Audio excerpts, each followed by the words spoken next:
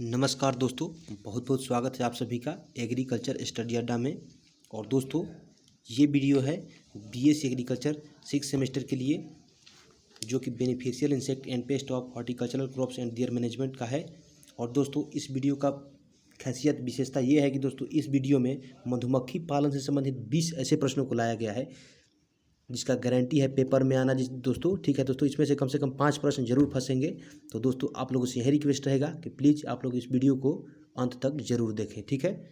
और साथ ही साथ दोस्तों, जिनको इसका पीडीएफ चाहिए वो लोग व्हाट्सएप ग्रुप ज्वाइन कर सकते हैं या टेलीग्राम ग्रुप भी ज्वाइन कर सकते हैं, लिंक डिस्क्रिप्शन में है।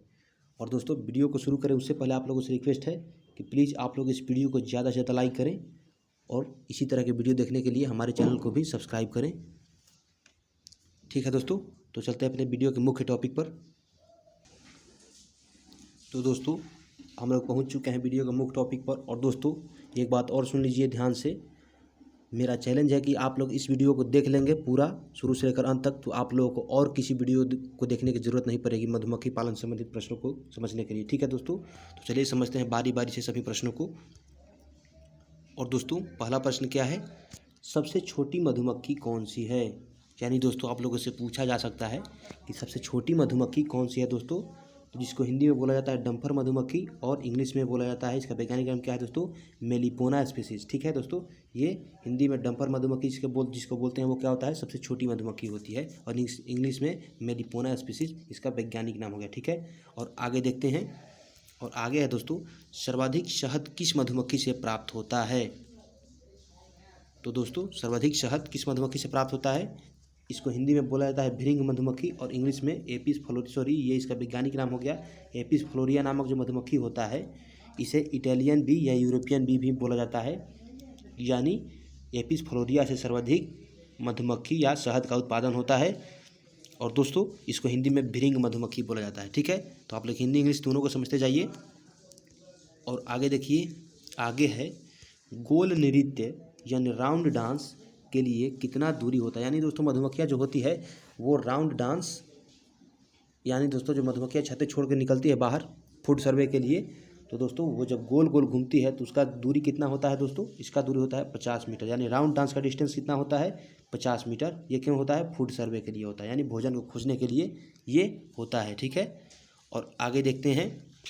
आगे है दोस्तों, मधुमक्खी से बचाव के लिए किस रंग का कपड़ा का प्रयोग किया जाता है? यानी दोस्तों, जो मधुमक्खी पालन में जो शामिल होता है, जो मधुमक्खियों की देखभाल करता है, वो आदमी किस तरह का कपड़ा पहनता है जिससे कि मधुमक्खियों से उसका बचाव हो सके? तो दोस्तों, सफ़ेद कपड़ा पहनता है। किस रंग का? सफ़ेद रंग का कपड़ा पहनकर मधुमक्खियों का देखरेख करने से मधुमक्खियाँ से बचाव किया जा सकता है। क्योंकि दोस्तों, मधुमक्खियों के द्वारा सफ़ेद कपड़ा को नहीं देखा जा सकता। यानी दोस्तों, मधुमक्खी सफ़ेद कपड़ा को नहीं देख सकते हैं, इसलिए आप लोग मधुमक्खी पालन के लिए सफ़ेद कपड़ा का प्रयोग करेंगे तो आपका मधुमक्खियों से बचाव हो सकता है। और आगे देखेंगे। आगे दोस्तों, जो प्रश्न बहुत सिंपल है लेकिन बहुत इंपॉर्टेंट भी है। पूछा जा सकता है आप लोगों से, एक छत्ते में रानी मक्खी की संख्या कितनी होती है दोस्तों? तो दोस्तों, रानी मक्खी की संख्या जब भी पूछा जाए तो रानी मक्खी की संख्या कितना होता है दोस्तों? मात्र 1 होता है। कितना होता है? 1 होता है, ठीक है। और आगे देखते हैं। आगे क्या है दोस्तों? भारतीय मौना का वैज्ञानिक नाम। यानी दोस्तों, जो भारतीय मौना मतलब मधुमक्खी ही होता है, ठीक है दोस्तों। मौना सुनकर फंसाइएगा नहीं, क्योंकि मौना और मधुमक्खी एक ही होता है। तो दोस्तों, भारतीय मौना का वैज्ञानिक नाम होता है एपिस इंडिका। क्या होता है? एपिस इंडिका होता है, ठीक। और आगे देखते हैं। और आगे क्या है दोस्तों? आगे का प्रश्न तो बहुत इंपॉर्टेंट है, ठीक है। तो इस प्रश्न को ध्यान से देखिए और अगर संभव हो तो आप लोग इसको अपने पेपर पर, अपने कॉपी पर नोट कर लीजिए, ठीक है। वरना पीडीएफ तो मिल ही जाएगा। आप लोग बस ग्रुप ज्वाइन कर लीजिए व्हाट्सएप या टेलीग्राम कहीं पे। लेकिन मैं कहूँगा कि आप लोग ज़्यादा से ज़्यादा टेलीग्राम ग्रुप को ज्वाइन करें, ठीक है। और आगे देखते हैं दोस्तों, क्या प्रश्न है? स्टिंगलेस, यानी दोस्तों स्टिंगलेस को हिंदी में क्या बोलते हैं? डंक रहित। यानी दोस्तों, डंक रहित तो इंग्लिश में स्टिंगलेस और स्टिंगलेस को हिंदी में डंक रहित बोला जाता है। तो अब इसको समझिए, डंक रहित मधुमक्खी कौन सी? यानी दोस्तों, कौन सी मधुमक्खी ऐसी है जिसमें डंक नहीं होता, वो डंक नहीं मारती? तो दोस्तों, ये मेलिपोना आइरिपेंडेस नाम के, ये वैज्ञानिक नाम है, जिसे डेमर भी बोला जाता है, ठीक है दोस्तों। यानी मेलिपोना आइरिपेंडेस नाम की मक्खी में डंक नहीं होता, यानी ये प्रजाति कैसा होता है? स्टिंगलेस होता है। और आगे समझते हैं। आगे है, मधुमक्खियों में थाईसैंक बीमारी किससे होता है? यानी दोस्तों मधुमक्खियों में थाइसैक बीमारी, ये थाइसैक बीमारी है दोस्तों, ये बीमारी का नाम है। ये किसके कारण होता है दोस्तों? तो थाइसैक नामक बीमारी जो होता है वायरस के कारण होता है। किसके कारण? वायरस के कारण होता है। और आगे देखिए दोस्तों, एक और बीमारी होता है जिसका नाम है नोजेमा बीमारी। मधुमक्खियों का एक बहुत भयानक बीमारी है। वो किसके कारण होता है दोस्तों? प्रोटोजुआ कारण होता है। मैं उसको एक वीडियो में बता चुका हूँ। और दोस्तों आप लोग के लिए एक और सूचना, ये जो अपना सब्जेक्ट है beneficial insect and paste of horticultural crops and there management का, बीएससी एग्रीकल्चर छठा सेमेस्टर के लिए, इस पर ऑलरेडी 3 वीडियो बन चुके हैं दोस्तों। तो आप लोग जाइए, एक प्लेलिस्ट बना हुआ है बीएससी एग्रीकल्चर छठा सेमेस्टर के नाम से, आप लोग उस प्लेलिस्ट को खोलिए। वो प्लेलिस्ट आप लोगों के लिए बहुत ही मददगार साबित होगा, ठीक है। यानी उस प्लेलिस्ट में आपको छठा सेमेस्टर का सभी वीडियो मिल जाएगा। तो आप लोग उस प्लेलिस्ट को एक बार ज़रूर देखें।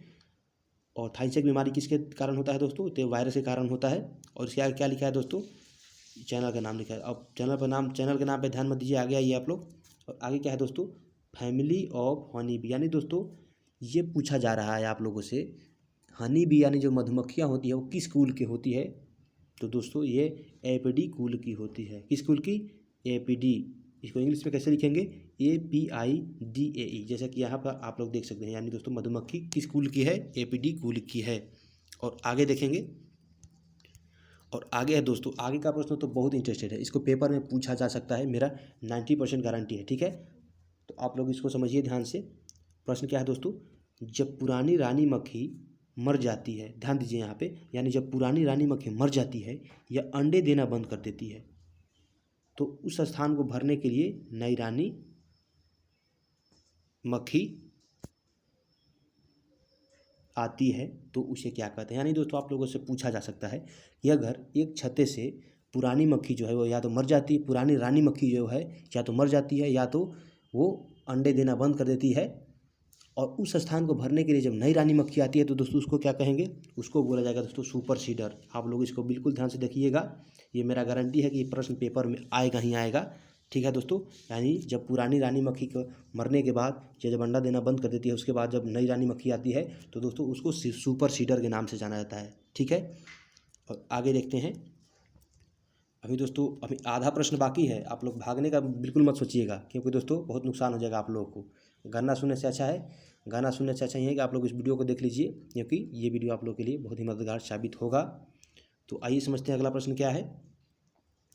मधुमक्खी का एक परजीवी का नाम बताएं। यानी दोस्तों मधुमक्खी का एक परजीवी, ऐसा परजीवी का नाम बताएं जो कि मधुमक्खियों पर हमला करता हो, यानी मधुमक्खियों को नुकसान पहुंचाता हो। तो दोस्तों ये भी एक कीट का नाम है।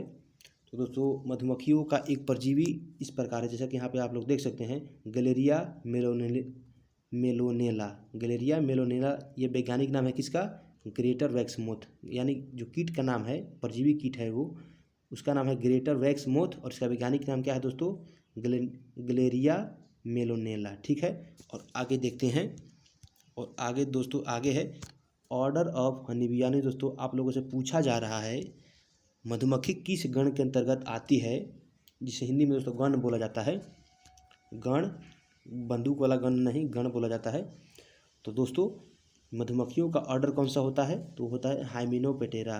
कौन सा होता है? हाइमेनोप्टेरा, ठीक है। इसको जूम करके दिखा दे रहा हूँ, ये हो गया आपका हाइमेनोप्टेरा, ठीक है।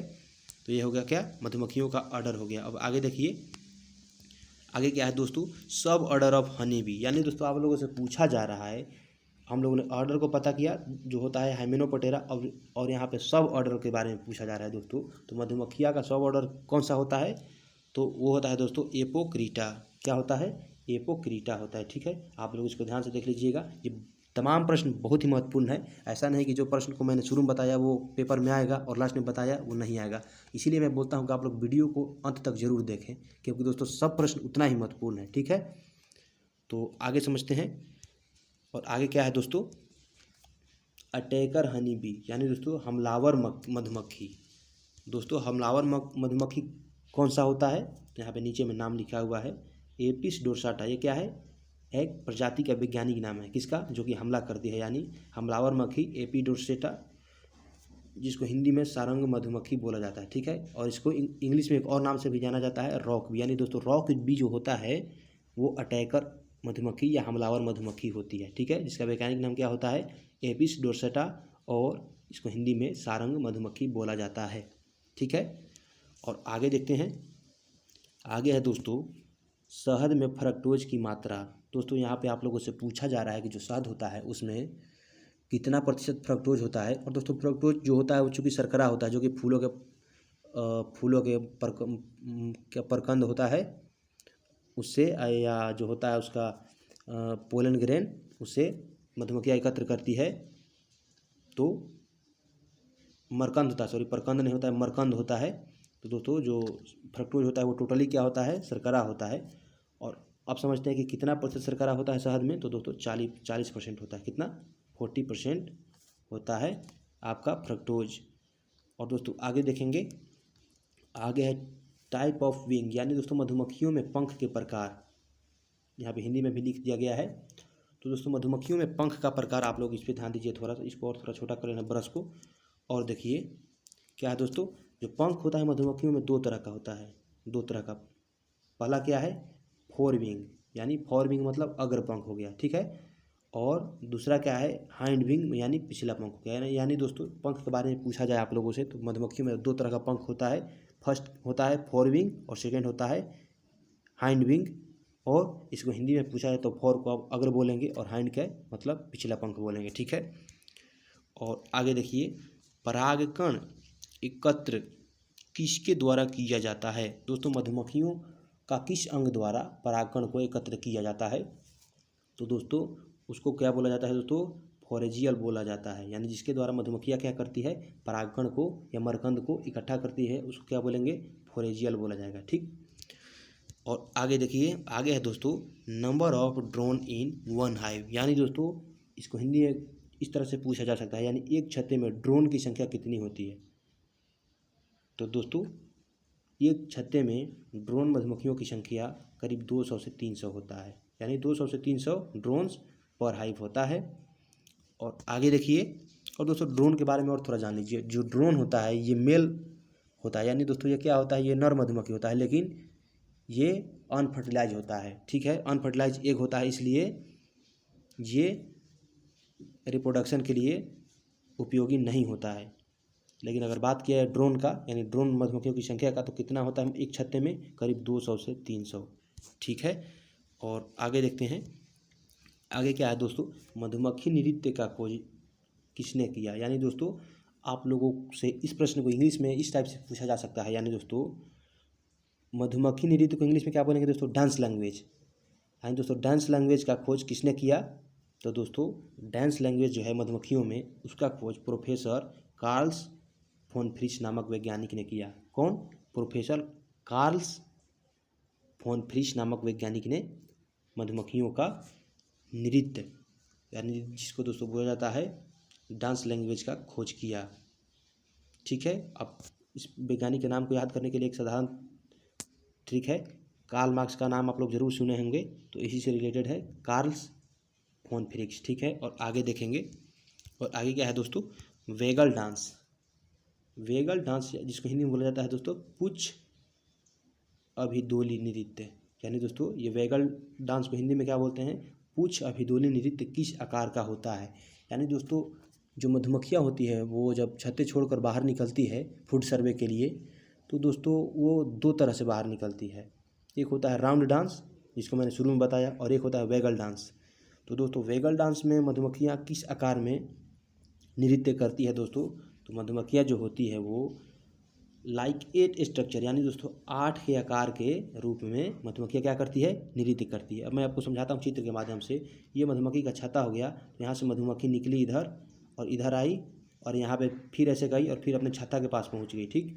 और फिर यहाँ से निकल के मधुमक्खियाँ फिर यहाँ पे ऐसे आई और फिर इसको मोड़ते मोड़ते फिर यहाँ पे पहुँच गई। इस प्रकार के मधुमक्खियाँ डांस करती है, इसको वेगल डांस बोलते हैं दोस्तों। और ये कैसा है, 8 के आकार का है। अगर आप लोग इसको पलटेंगे, जैसे सीधा मोबाइल खड़ा करके देखेंगे तो क्या आपको दिखेगा, 8 दिखेगा। तो इस प्रश्न में यही पूछा जा रहा है दोस्तों, और ये प्रश्न बहुत ही महत्वपूर्ण है। तो दोस्तों ये वीडियो जो है ये यहीं पे ख़त्म होने जा रहा है। तो आप लोगों से यही रिक्वेस्ट है कि आप लोग प्लीज़ इस वीडियो को ज़्यादा से ज़्यादा लाइक ज़रूर कर दें, और इसी तरह के वीडियो देखने के लिए चैनल को सब्सक्राइब भी ज़रूर कर लें, और अपने दोस्तों के पास एक बार शेयर कर दें ताकि ये जानकारी उनको भी मिल जाए। मिलेंगे अगली वीडियो में, तब तक के लिए जय किसान और जय कृषि विज्ञान।